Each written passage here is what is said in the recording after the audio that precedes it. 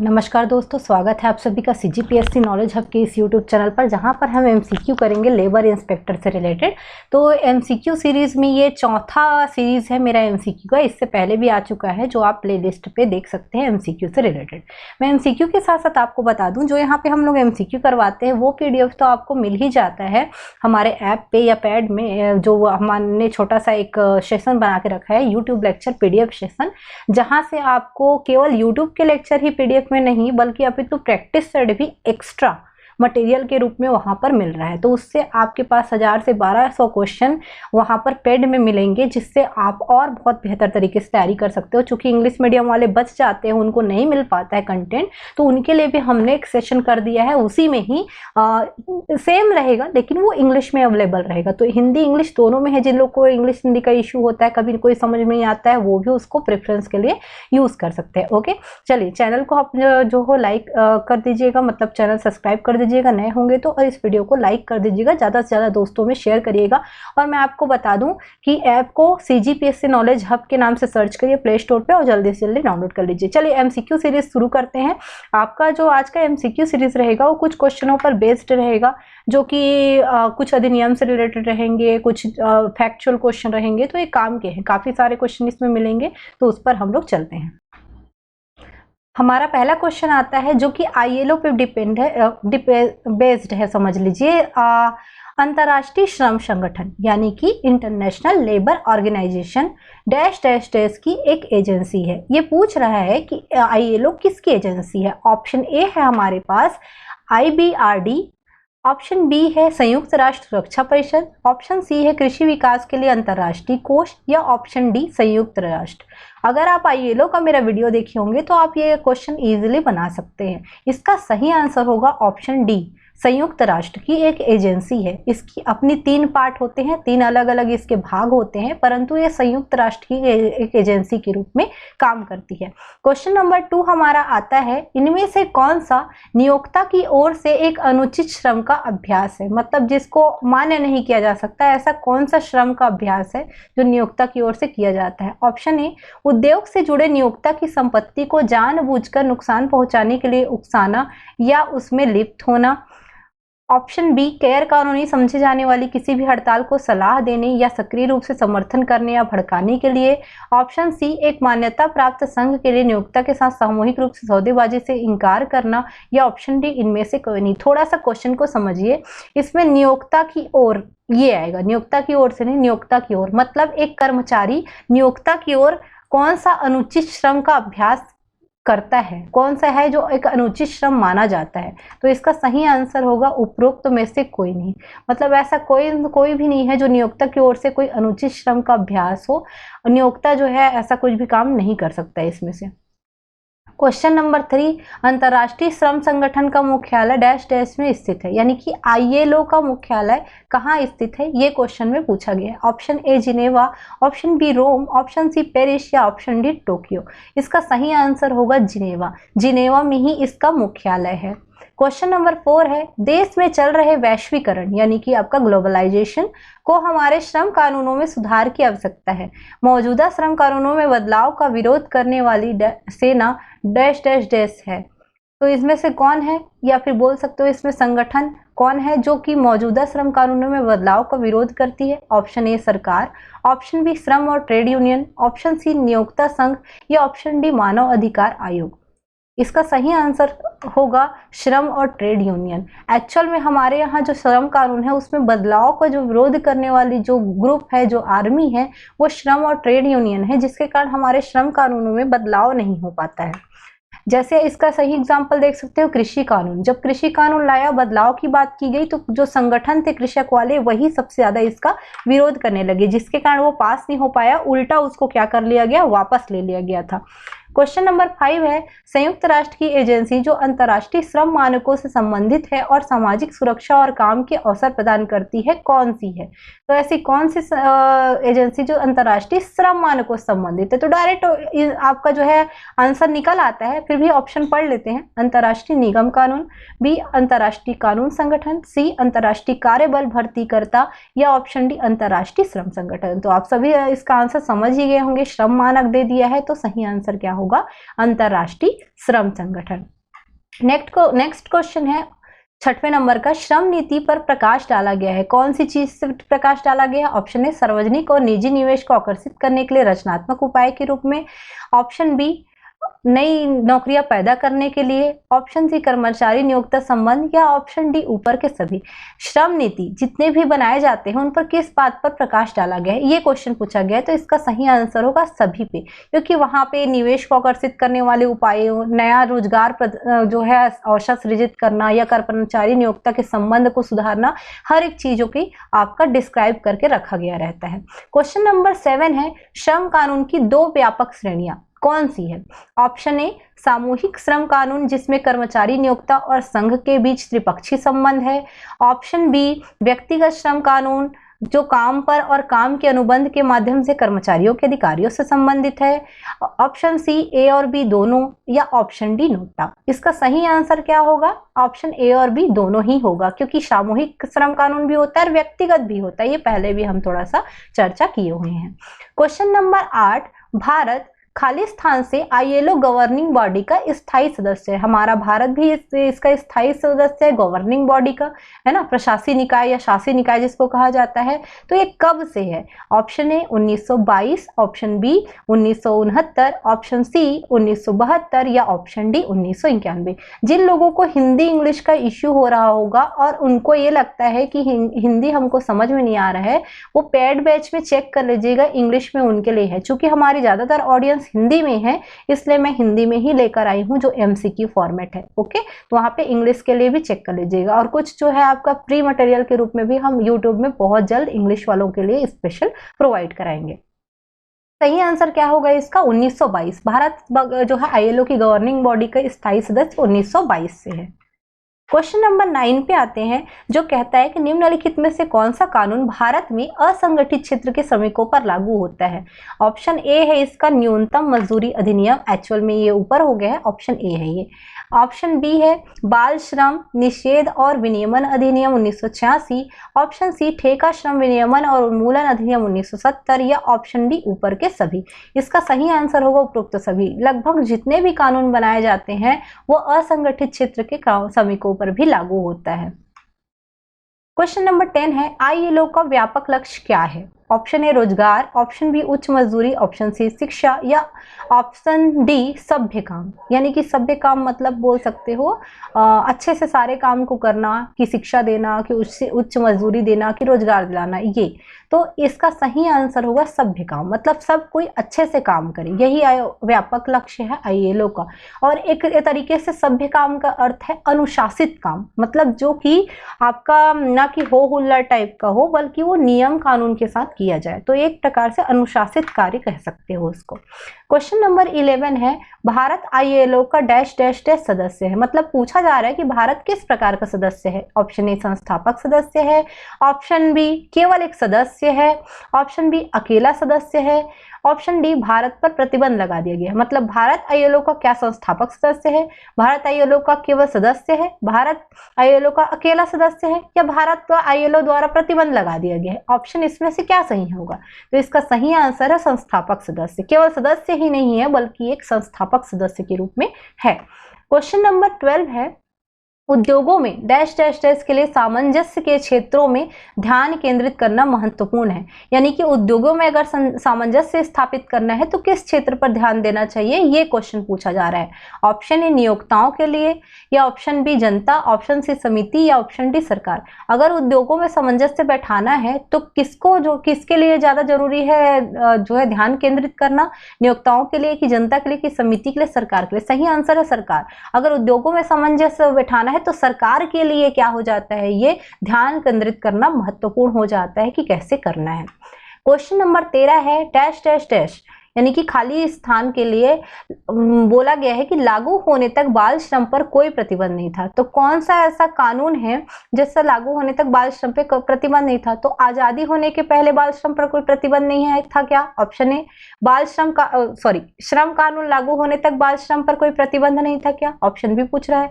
वाणिज्यिक कानून लागू होने तक बाल श्रम पर कोई प्रतिबंध नहीं था क्या? ऑप्शन सी बोल रहा है। ट्रेड यूनियन अधिनियम, या ऑप्शन डी? तो ए बी सी डी में से बताइए क्या होगा सही आंसर है। श्रम कानून। भले ही वो बाल श्रम कानून हो, लेकिन कोई भी जितने भी कारखाना अधिनियम में कोई भी श्रम कानून जब आया तो श्रम कानून लागू होने तक भारत में बाल श्रम पर कोई प्रतिबंध नहीं था। तो सही आंसर आप श्रम कानून के रूप में ले सकते हो। क्वेश्चन नंबर 14 है, खालिस्तान के लिए संगठन में शांति और सद्भाव महत्वपूर्ण है। तो ऐसे क्या चीज है जिसके लिए संगठन में शांति और सद्भाव होना महत्वपूर्ण है? ऑप्शन ए जीडीपी यानी कि सकल घरेलू उत्पाद, ऑप्शन बी आर्थिक विकास यानी कि इकोनॉमिक डेवलपमेंट, ऑप्शन सी जनशक्ति, या ऑप्शन डी इनमें से कोई नहीं। जनशक्ति मतलब जो लोगों के रहता है आपका, जो हमारा जनसंख्या है या बोल सकते हैं हमारी आबादी है उसके लिए। तो इस किसके लिए शांति और सद्भाव महत्वपूर्ण है? तो आर्थिक विकास। जब आर्थिक विकास तभी आएगा जब शांति और सद्भाव होगा। क्वेश्चन नंबर 15 है, उद्योगों में शांति और सद्भाव के लिए किस चीज की जरूरत पड़ेगी? ऑप्शन ए इनाम की, ऑप्शन बी दंड की, ऑप्शन सी कानून की, या ऑप्शन डी इनमें से कोई नहीं। तो सही आंसर इसका क्या होगा? आपका कानून की।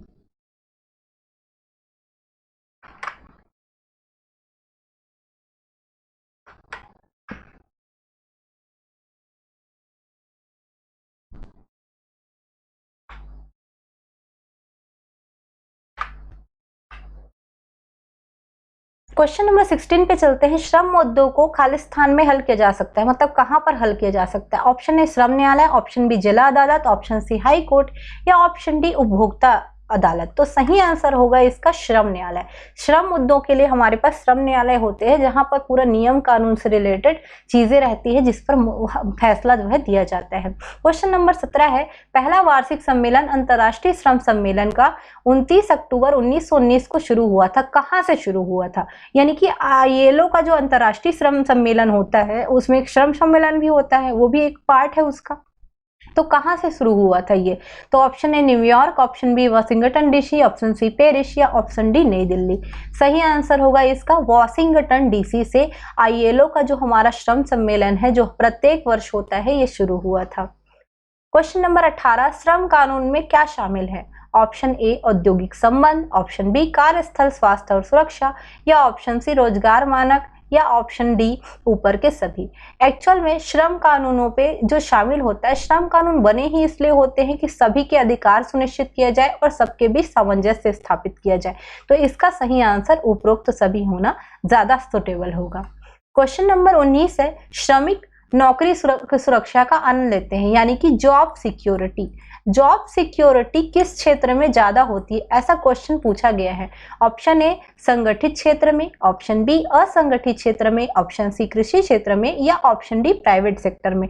तो ये सबके लिए है क्योंकि सब आप वही काम कर रहे हो, जॉब सिक्योरिटी मिले, जॉब सिक्योरिटी मिले, इसलिए पढ़ाई कर रहे हो। तो कौन सी चीज है जिसमें रहेगा? तो संगठित क्षेत्र। संगठित क्षेत्र जो गवर्नमेंट की बॉडी रहती है उनको ही लगभग बोला जाता है, तो उनके द्वारा ही शासित होते हैं, ज्यादा अच्छा जॉब सिक्योरिटी रहता है। क्वेश्चन नंबर 20, कर्मचारी भविष्य निधि अधिनियम के तहत केंद्र सरकार द्वारा केंद्रीय बोर्ड में कितने सदस्य नियुक्त किए जाते हैं जो उन प्रतिष्ठानों में कर्मचारियों का प्रतिनिधित्व करते हैं जिन पर योजना लागू होती है? मतलब केंद्रीय सरकार का जो केंद्रीय बोर्ड है उसमें कुछ सदस्यों की नियुक्ति की जाएगी। किसके तहत? कर्मचारी भविष्य निधि अधिनियम के तहत। और जिन जिन जगह पर ये जो अधिनियम है वो लागू होगा उन जगह पे केंद्रीय बोर्ड के कुछ जो आपका कर्मचारी है वो क्या करेंगे? प्रतिनिधित्व करेंगे। जैसे मान लीजिए 4 अलग अलग क्या है आपका प्रतिष्ठान है ना? इन 4 प्रतिष्ठान पे 4 सदस्य चाहिए मान लो, तो इन चारों सदस्य को केंद्रीय बोर्ड में रखा जाएगा और केंद्र सरकार नियुक्त करेगी, है ना? तो कितने लोगों को इस तरीके से नियुक्त कर सकती है? कितने और भी प्रतिष्ठान है जिसके लिए केंद्रीय बोर्ड पे केंद्र सरकार कर्मचारी नियुक्त करेगी? ये क्वेश्चन पूछ रहे हैं। तो कर्मचारी भविष्य निधि के अधिनियम के तहत केंद्र सरकार केंद्रीय बोर्ड में कितने ऐसे सदस्य नियुक्त किए जाते हैं जो कि उन प्रतिष्ठानों में कर्मचारियों का प्रतिनिधित्व करेंगे जिन जिन जगह पे ये लागू होगा? तो ऑप्शन ए है 15, option B 10, option C 12, option D 20। सही आंसर होगा 10 वो नियुक्त करेगा। केंद्रीय बोर्ड के खातों का सालाना ऑडिट डैश डैश द्वारा किया जाता है। कौन सा है जो केंद्रीय बोर्ड के खातों का सालाना ऑडिट करेगा? ऑप्शन ए केंद्रीय भविष्य निधि आयुक्त, ऑप्शन बी केंद्र सरकार द्वारा नियुक्त कोई भी लेखा परीक्षक, ऑप्शन सी भारत के नियंत्रक और महालेखा परीक्षक, ऑप्शन डी केंद्रीय बोर्ड के अध्यक्ष द्वारा नियुक्त कोई भी लेखा परीक्षक। अगर आप समझ रहे होंगे केंद्र सरकार का है और केंद्र से रिलेटेड कोई भी सालाना ऑडिट करना हो तो भारत के नियंत्रक और लेखक परीक्षक को, यानी कि CAG को ही क्या रहता है, अथॉरिटी रहता है और वही करता है। उसका काम ही है केंद्र सरकार के सभी खातों का कहीं ना कहीं रिलेटेड जितने भी चीजें हैं उसका ऑडिट करना। क्वेश्चन नंबर 22 है, नियोक्ता द्वारा निधि में दिया जाने वाला अंशदान होगा। तो निधि मतलब कर्मचारी भविष्य निधि जो है आपका, उसकी बात करें। Option A 5%, option B 7%, option C 12% या ऑप्शन डी 10%। 12%, नियोक्ता द्वारा निधि में जो है 12% का अंशदान देना पड़ेगा। उसी अधिनियम के तहत पूछा गया है कि कर्मचारी भविष्य निधि वाला जो अधिनियम है उसके तहत पूछा गया है कि एक नियोक्ता जो कि इस अधिनियम की धारा 6 के प्रावधानों का उल्लंघन करता है या अनुपालन करने से चूक करता है, उस अवधि के लिए कारावास के साथ दंडनीय होगा, जो कि कितने वर्ष तक बढ़ाया जा सकता है। यानी कि मान लीजिए कोई प्रावधानों का उल्लंघन करता है ना, जैसे कि प्रावधान कुछ भी हो सकते हैं। अब हमने जो है एक नियम बना दिए हैं, नियम के तहत तो प्रावधान कुछ भी हो सकते हैं ना। तो मान लीजिए उसमें उस नियम के तहत अगर कोई व्यक्ति है जो उल्लंघन करता है नियम का, तो नियम का उल्लंघन करने पे क्या होगा, उसको सजा तो हम देंगे। तो सजा को बढ़ाएंगे क्या? हाँ, बिल्कुल बढ़ा सकते हैं। तो कितने टाइम के लिए बढ़ा सकते हैं, यही क्वेश्चन पूछा गया है। तो कर्मचारी भविष्य निधि अधिनियम के तहत बढ़ाने वाली सजा में ऑप्शन ए 1 वर्ष, ऑप्शन बी 2 वर्ष, ऑप्शन सी 3 वर्ष या ऑप्शन डी 5 वर्ष। सही आंसर क्या होगा इसका? तो सही आंसर देखेंगे तो 3 वर्ष के लिए जो है बढ़ाया जा सकता है। चलिए आगे और चलते हैं। क्वेश्चन नंबर 24, यह अधिनियम सरकारी समितियों अधिनियम 1912 के 2 के तहत पंजीकृत किसी भी प्रतिष्ठान पर लागू नहीं होगा जो कि डैश डैश डैश से कम व्यक्तियों को नियोजित करता है और शक्ति की सहायता के बिना काम करता है। मतलब ऐसे अधिनियम जो न्यूनतम कुछ व्यक्तियों की संख्या है, अगर उतना नियोजित नहीं करता और बिना जनशक्ति के काम करता है, उन पर अधिनियम लागू नहीं होगा। ऐसा जो है हमारा जो सहकारी समिति अधिनियम है वो कहता है। तो कर्मचारी भविष्य निधि अधिनियम उन्हीं पर लागू होगा जो ऑप्शन ए 100 से कम व्यक्तियों को नियोजित करता है, लागू नहीं होगा जो 100 से कम व्यक्तियों पर नियोजित करता है, ऑप्शन बी 70 से कम करे तो, ऑप्शन सी 50 से कम करे तो, ऑप्शन डी 20 से। तो ये जो अधिनियम है वो हर एक जगह पे लागू नहीं होगा जो 50 से कम व्यक्तियों को नियोजित करे, है ना। ये किस अधिनियम के बारे में बता रहा है? सहकारी समिति अधिनियम के तहत। मतलब कर्मचारी भविष्य निधि जो है अधिनियम, वो इस सहकारी समिति अधिनियम 1912 के जो नियम है उनको ध्यान में रखते हुए कम से कम 50 व्यक्तियों को नियोजित करने के बाद ही लागू होगा। अगर नहीं करता, इससे कम है, 50 से कम है, तो नहीं लागू होगा वहां। इस अधिनियम के तहत मतलब कर्मचारी भविष्य निधि अधिनियम के तहत डैश डैश डैश वर्ग से नीचे कोई भी न्यायालय किसी अपराध का विचारण नहीं कर सकता। इसका सही आंसर जो भी आएगा लगभग वो सारी चीजों को आप कहाँ लगा सकते हो, हर एक अधिनियम में लगा सकते हो। ऑप्शन ए निश्चित अदालत, ऑप्शन बी प्रेसिडेंसी मजिस्ट्रेट या प्रथम श्रेणी का मजिस्ट्रेट, ऑप्शन सी मुंसिफ कोर्ट या ऑप्शन डी हाई कोर्ट। इसका सही आंसर होगा ये वाला, प्रथम श्रेणी का मजिस्ट्रेट। जहां लग गया उसी को लगाना चुपचाप आंसर, क्योंकि जितना भी दंड वाला रहता है ना अधिनियम के तहत, सब प्रथम श्रेणी मजिस्ट्रेट या फिर मेट्रोपॉलिटन जो है आपका मेट्रोपॉलिटन मजिस्ट्रेट या प्रेसिडेंसी मजिस्ट्रेट, इन्हीं के तहत ही होता है। क्वेश्चन नंबर 26, कर्मचारी भविष्य निधि अपील अधिकरण का गठन इस अधिनियम की धारा के कौन से उसके तहत किया गया है? प्रावधान किसमें है, अधिनियम की धारा किसमें है? तो option A 6I, option B 7H, option C 6F, option D 7D। इसका सही आंसर क्या होगा? 7D। 7D के तहत जो है अपील अधिकरण का गठन किया गया है। क्वेश्चन नंबर 27 है, कर्मचारी भविष्य निधि की बात कर रहा है कि इस अधिनियम के तहत बीमा निधि का क्या मतलब है? ऑप्शन ए कर्मचारियों द्वारा समूह दुर्घटना बीमा, option B unit linked insurance plan, option C deposit linked insurance scheme या ऑप्शन डी चिकित्सा बीमा निधि। बीमा निधि का मतलब है डिपॉजिट लिंक्ड इंश्योरेंस स्कीम, ये होगा इसका सही आंसर। क्वेश्चन नंबर 28, इनमें से कौन सा कामगारों की ओर से एक अनुचित श्रम का अभ्यास है? मतलब कामगार की ओर से, एक बार नियोक्ता की ओर से देख लिए हैं, एक बार कामगार की ओर से एक अनुचित श्रम का अभ्यास कौन सा है ये पूछा है। हड़ताल के दौरान कर्मकार की भर्ती करना जो अवैध नहीं है, ऑप्शन बी कर्मचारियों को बर्खास्त या बर्खास्त करना, ऑप्शन सी एक सौदेबाजी प्रतिनिधि के प्रमाणीकरण के खिलाफ जबरदस्ती की गतिविधियों में लिप्त रहना, ऑप्शन डी बल या हिंसा के कार्यों में लिप्त रहना। तो ये अनुचित श्रम क्या है? एक सौदेबाजी प्रतिनिधि के प्रमाणीकरण के खिलाफ जबरदस्ती गतिविधियों में लिप्त रहना, ये होगा इसका अनुचित श्रम का अभ्यास। ठीक है, अब ये एक्ट से ही आएगा। क्वेश्चन नंबर 29, अंतर्राष्ट्रीय श्रम संगठन डैश डैश में तैयार किया गया था। डायरेक्ट पूछा है ILO जो है कब तैयार किया गया था। सही आंसर 1919 है। इसको बताने का मेन रीजन ये है कि मैंने पहले भी कई बार इसको बताया, और एक बार पहले क्वेश्चन में जो है वहां पे जहाँ पे मैंने पूछा था ना उनका पहला सम्मेलन, वहां पर भी एक डिस्कस हो गया था, इसलिए मैंने डायरेक्ट दे दिया।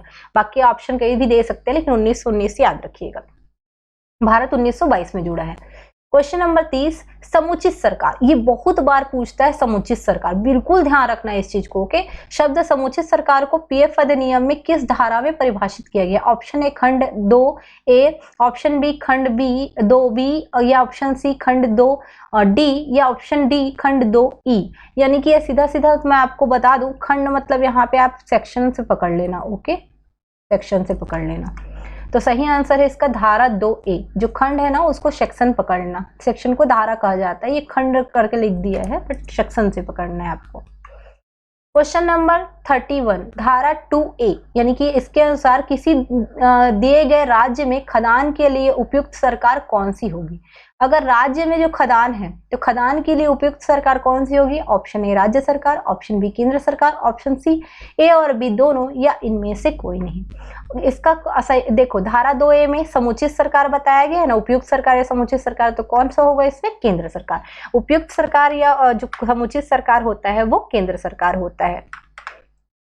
नेक्स्ट क्वेश्चन पे चलते हैं, 32 नंबर। PF अधिनियम की धारा 2AA है ना, यानी कि 2AA शब्द को परिभाषित करती है। कौन से शब्द को परिभाषित करती है? 2AA में कौन सा बताया गया? ऑप्शन ए बुनियादी मजदूरी, ऑप्शन बी अधिकृत अधिकारी, ऑप्शन सी सरकार, या ऑप्शन डी इनमें से कोई नहीं। तो PF अधिनियम की धारा 2A तो समुचित सरकार बताती है, लेकिन धारा 2AA क्या बताती है?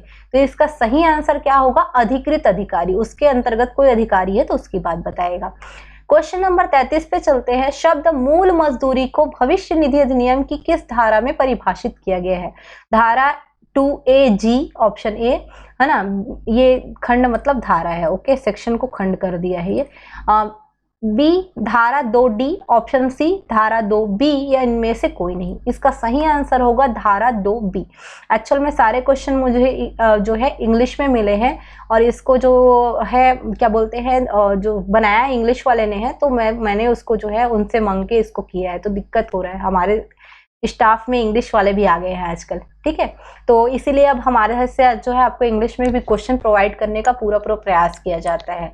और हमारे गौरव सर भी आपका इंग्लिश बहुत अच्छा क्लास ले रहे हैं, उनकी क्लास में भी जुड़ा करिए, और कंप्यूटर की भी वो ले रहे हैं। ओके, मैं आपको कुछ बता देती हूँ। जो क्वेश्चन है ये हम सब ने मिलकर बनाया है, और ये सब क्वेश्चन को हम सब ने मिलकर एक संकलन करके आप तक पहुंचाया है। तो सभी के लिए आप लोग जो है प्लीज नए होंगे तो सब्सक्राइब कर दीजिएगा और इस वीडियो को शेयर करिएगा। क्वेश्चन अभी बाकी है।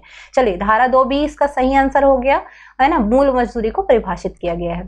चलिए, क्वेश्चन नंबर 34 है। शब्द योगदान अनुभाग को परिभाषित किया गया है। एक खंड से मतलब सेक्शन से पकड़िएगा। ओके, हाँ, धारा 2BB, धारा 2BC, या धारा 2CC, ये खंड उसी को कहा गया है। धारा 2C क्या आएगा सही आंसर? इसको खंड 2C यानी कि section 2C। Okay, section 2C इसका सही आंसर होगा। भविष्य निधि अधिनियम है ना, क्वेश्चन नंबर 35 की धारा 2D किससे परिभाषित करती है? ऑप्शन ए खतरनाक प्रक्रिया, ऑप्शन बी कर्मचारी, ऑप्शन सी रोजगार, या ऑप्शन डी नियंत्रित उद्योग। तो इसका सही आंसर होगा खतरनाक प्रक्रिया। खतरनाक प्रक्रिया मतलब किस किस चीजों को करने पे खतरनाक प्रक्रिया है, उसको भविष्य निधि अधिनियम की धारा 2D के तहत डाली गई है। मैं आपको बता दूं, जो भी हम लोग अभी जैसे बाल श्रम का एक्ट पढ़ाए है ना, वैसे ही आपको और बहुत सारे एक्ट की जो है PDF फाइल वहां पर मिल जाएगी। आपका YouTube PDF सेक्शन में जाइएगा, ऐप रजिस्टर करने के बाद वहां से आपको डायरेक्ट जाना है कौन से पे? श्रम निरीक्षक वाले पे। श्रम निरीक्षक वाले पे जाओगे तो वहां चीजें मिल जाएंगी। प्रैक्टिस सेट के साथ PDF भी और अवेलेबल होती है वहां पे। चलिए, क्वेश्चन नंबर 36 शब्द नियोक्ता को PF अधिनियम की धारा खालिस्तान में जो है परिभाषित किया गया है। धारा 2E, 2G, 2F, या 2M। Option A 2E, option B 2G, option C 2F, option D 2M। किसमें नियोक्ता को PF अधिनियम के तहत जो है समझाया गया है? तो सही आंसर होगा 2E। 2E के तहत नियोक्ता का परिभाषा दिया गया है। क्योंकि जितनी भी परिभाषा होती है ना, लगभग सब जो है धारा 2 के अंदर रहती, बस ABCD आपको याद करना होता है। क्वेश्चन नंबर 37, कर्मचारी को पीएफ अधिनियम 1912 की धारा किसके तहत परिभाषित किया गया है? Option A 2A, option B 2G, option T 2C 2F या ऑप्शन डी 2D। तो वही मैंने बताया ना, सारी परिभाषा धारा 2 में ही है, उसी का ABCD ही आपको याद करना है। तो कर्मचारी से याद करिएगा, इसका सही आंसर क्या होगा आपका? F। ठीक, F कर्मचारी है ना। आपसे फेवर करने आते हैं कर्मचारी लोग। F। क्वेश्चन नंबर 38, छूट प्राप्त कर्मचारी, इसकी परिभाषा धारा 2 के किसके तहत मिलेगी? अब सीधी सीधी बात है, धारा 2 में ही है परिभाषा। तो छूट प्राप्त कर्मचारी को परिभाषित किया गया है पीएफ अधिनियम 1952 की किस धारा के तहत? Option A 2GG, option B 2HH, option C 2FF या डी 2CC। सही आंसर क्या होगा इसका आपको बताना है। तो इसका सही आंसर है 2FF, छूट प्राप्त कर्मचारी। और क्वेश्चन नंबर 39 आता है, एक कर्मचारी को छूट प्राप्त कहा जा सकता है यदि वो छूट धारा किसके तहत दी जाए? Option A 26, option B 17, option C 14 या ऑप्शन डी 20। तो इसका सही आंसर क्या होगा? 17। ये जो चल रहा है अधिनियम उसी के तहत है। ठीक है, 26, 17, 14, 20, उसमें क्या आएगा? 17। ईपीएफ अधिनियम है ना, तो कर्मचारी भविष्य निधि का ही बता दिया है।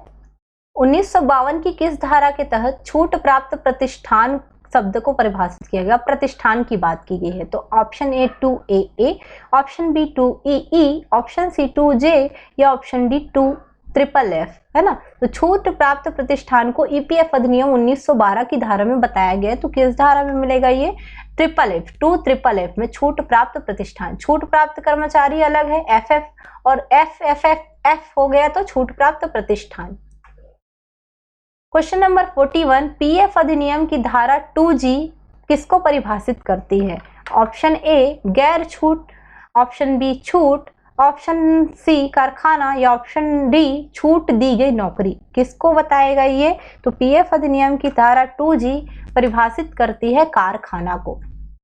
क्वेश्चन नंबर 42, शब्द फंड को धारा के तहत परिभाषित किया गया है, पीएफ अधिनियम की धारा के तहत पूछा है ना। तो आपको याद रखना है option A 2M, option B 2H, option C 2K या इनमें से कोई नहीं। इसका सही आंसर क्या होगा बताइए? जहां पर फंड शब्द को किया गया है तो फंड का है H में। ओके, हाथ में फंड होता है ना, वैसे ही याद कर लेना 2H। अब मैं वैसे ही याद करने के लिए बता रही हूँ, आप अपने तरीके से देख सकते हैं। क्वेश्चन नंबर 43, पीएफ अधिनियम 1952 के तहत बीमा निधि का क्या अर्थ है? Option A unit linked insurance plan, option B deposit linked insurance fund, option C कर्मचारियों का समूह दुर्घटना बीमा या ऑप्शन डी चिकित्सा बीमा निधि। तो पीएफ अधिनियम 1952 ये बीमा निधि के मतलब बताती है, किससे रिलेटेड है ये? तो ये आएगा डिपॉजिट लिंक्ड इंश्योरेंस फंड। मेरे ख्याल से क्वेश्चन रिपीट हुआ है। क्वेश्चन नंबर 44, पीएफ अधिनियम 1952 की धारा 2 के तहत परिभाषित योजना कौन सी है? डैश डैश है लिखा है। तो ऑप्शन ए पूर्व सेवार्थ वृत्ति योजना, ऑप्शन बी भविष्य निधि योजना, ऑप्शन सी परिवार पेंशन योजना या ऑप्शन डी बीमा योजना। इसका सही आंसर क्या होगा? जल्दी से फटाक से आप लोग बताइए। तो पीएफ अधिनियम 1952 की धारा 2 IB के तहत क्या आएगा आपका? बीमा योजना। ठीक है, बीमा योजना, ऑप्शन डी सही आंसर होगा। क्वेश्चन नंबर 45 है, पीएफ अधिनियम 1952 की धारा 2IA किसको परिभाषित करता है? ऑप्शन ए सदस्य को, ऑप्शन बी बीमा, ऑप्शन सी बीमा निधि को या ऑप्शन डी इनमें से कोई नहीं। इसका सही आंसर क्या होगा? आप जल्दी से कमेंट सेक्शन पे बता सकते हैं। तो सही आंसर होगा इसका बीमा कोष यानी कि बीमा निधि को। क्वेश्चन नंबर 46, बीमा योजना को पीएफ अधिनियम 1952 की धारा खाली स्थान की उपधारा 1 के तहत तैयार किया गया है। तो ऑप्शन ए है 8A, option B 7B, option C 6C या ऑप्शन डी 5D। तो किसके तहत मिलेगा ये? 6C की उपधारा 1 के तहत बीमा योजना को तैयार किया गया है। क्वेश्चन नंबर 47, शब्द सदस्य को पीएफ अधिनियम 1912 की धारा किसमें परिभाषित किया गया है? तो मैंने पहले ही बताया है, हर एक वो में धारा 2 क्या होगा? परिभाषा। हर एक अधिनियम में धारा 2 परिभाषा ही होता है, बस ABCD आपको याद करना होता है। तो option A 2J, option B 2U, option C 2M या ऑप्शन डी 2P किसके तहत जो है सदस्य शब्द को जो है परिभाषित किया गया है, तो 2A sorry option A 2J, ये ए लिखा है, ऑप्शन ए 2J के तहत, यानी कि ऑप्शन ए सही आंसर होगा इसका। क्वेश्चन नंबर 48, पीएफ अधिनियम 1952 की धारा 2KA खाली स्थान को परिभाषित करती है। 2 का KA में कौन सी परिभाषा है, तो ऑप्शन ए कारखाने का मालिक, ऑप्शन बी पेंशन निधि, ऑप्शन सी स्थापना या ऑप्शन डी पूर्व सेवार्थ वित्तीय योजना। सही आंसर है पेंशन निधि या पेंशन फंड। क्वेश्चन नंबर 39 है कर्मचारी पेंशन कोष की स्थापना, है ना, इसको कौन से अनुभाग की धारा 2 के तहत की गई, सेक्शन कौन सा सेक्शन के तहत की गई है, ये इसको एक काम करना, ये इसको ऑप्शन डी बना लेना 8A को, ओके, क्योंकि ये जो है ऊपर हो गया उसके चक्कर में दिक्कत कर दिया है, ठीक। तो इसका सही आंसर क्या होगा, उत्तर का 6A, ये 6 का A जो है ना, 6 का एक या A इसके तहत मिलता है। इस क्वेश्चन को थोड़ा सा मिसप्रिंट के कारण सुधारिएगा। 7 का 1 लिखा है, मतलब 7 का 1 इस तरीके से भी लिख सकते हो या 7 का A ऐसा भी लिख सकते हो, इसलिए 1 लिखा है। 6 का 1 या 6 का A, है ना, जो इसका सही आंसर हुआ। 5 का A या फिर आप उसका ऊपर में जो 8 का 1 लिखा है या 8 का A लिखा है, तो इसको देख सकते हो 4 ऑप्शन में, तो सही आंसर क्या होगा आपका, ये 6A, ये वाला आंसर सही होगा। क्वेश्चन नंबर 50 है पीएफ अधिनियम 1952 की धारा 2KB को परिभाषित करती है, किसको परिभाषित करती है, ऑप्शन ए वसूली राशि, ऑप्शन बी वसूली कार्यालय, ऑप्शन सी वसूली अधिकारी या ऑप्शन डी चुकौती राशि। इसका सही आंसर क्या होगा आप बता सकते हैं, तो ये KB का अर्थ होता है वसूली अधिकारी, ओके, वसूली अधिकारी KB, धारा 2KB में बताया गया है। इतनी सारी धाराएं हैं कि याद करना मुश्किल हो जाता है, परंतु आप कम से कम परिभाषा वाले को, दंड वाले को, या जहाँ पे अधिकारी की नियुक्ति होती है ना, सब अधिनियम का याद कर लेना, क्योंकि वहां से फंसेगा। क्वेश्चन नंबर 51, कर्मचारी भविष्य निधि अपीली न्यायाधिकरण जो धारा 7D के तहत गठित है, किस धारा के तहत परिभाषित है, option A 2J, option B 2K, option C 2L, option D 2M। इसमें क्या बोला है, कर्मचारी भविष्य निधि अपीली न्यायाधिकरण जो किस धारा 7D के तहत गठित है, ये किस धारा में परिभाषित है, तो धारा 2 में क्या आता है परिभाषा, और धारा 7D में क्या आएगा उसको बताया गया है, उसके बारे में प्रावधान किया गया है। तो हमको पूछा है कि धारा 7D में जो अपीली न्यायाधिकरण गठित होता है उसका परिभाषा कहाँ पे दिया है, तो परिभाषा वाला सेक्शन हुआ धारा 2, तो उसका 2J है क्या, ऑप्शन है 2B में है 2K, C में है 2L या D में है 2M, है ना। तो option A 2J, option B 2K, option C 2L या ऑप्शन डी 2M। कहां पर यह परिभाषा मिलेगा, सही आंसर है 2M में। धारा 7D में न्यायाधिकरण गठित होगा, लेकिन परिभाषा शुरू में दी जाती है, तो 2M में परिभाषा मिलेगा। क्वेश्चन नंबर 52 है जो कि लास्ट क्वेश्चन है आज का, और लास्ट क्वेश्चन से पहले मैं आपको जो 2 चीजें बता देती हूँ। कोर्स जो कॉम्बो कोर्स है, वहां पर वीडियो रिकॉर्डिंग या लाइव कोर्स जो है अवेलेबल है, जिसके लिए टेस्ट भी लिया गया था। तो प्लीज जल्दी जल्दी जो है आप लोग वहां पे एडमिशन ले लो और जल्दी से वहां पे जो है क्लास को देखते चलो, ताकि आपका तैयार हो जाए, PSC का तैयार हो जाएगा। इसके साथ साथ आपका हॉस्टल वार्डन जो आएगा या जो भी चीजें आएंगी वो सब चीजों के लिए भी वो तैयार हो जाएगा, व्यापम के सभी एग्जाम के लिए और PSC के सभी एग्जाम के लिए। तो उस कॉम्बो कोर्स को ले सकते हो, या तो आप जो है श्रम निरीक्षक और बाल मनोविज्ञान का तैयारी कर रहे हो तो आप वहां पे भी जो यूट्यूब PDF सेक्शन है में जाकर इनके लिए प्रैक्टिस सेट और नोट्स के लिए भी वहां पर परचेस कर सकते हो। तो जल्दी जल्दी ऐप में काम कर लेना वो, ओके। चलो क्वेश्चन नंबर 52 पे आती हूँ मैं। कर्मचारी भविष्य निधि और विविध प्रावधान अधिनियम 1952 के तहत पात्र होने के लिए वर्तमान वेतन सीमा कितनी है।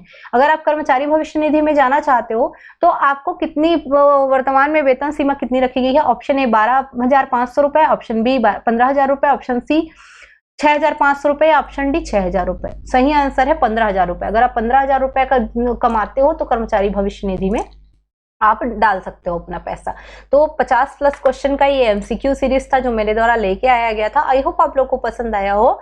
तो कहीं पे एक आध मिस्टेक हुआ होगा, वो नेक्स्ट टाइम से नहीं होगा, सुधर जाएगा, उसके लिए थोड़ा क्षमा करिएगा। और हाँ, ज़्यादा से ज़्यादा वीडियो को शेयर कर दीजिएगा। ओके, धन्यवाद। जय जोहार, जय छत्तीसगढ़।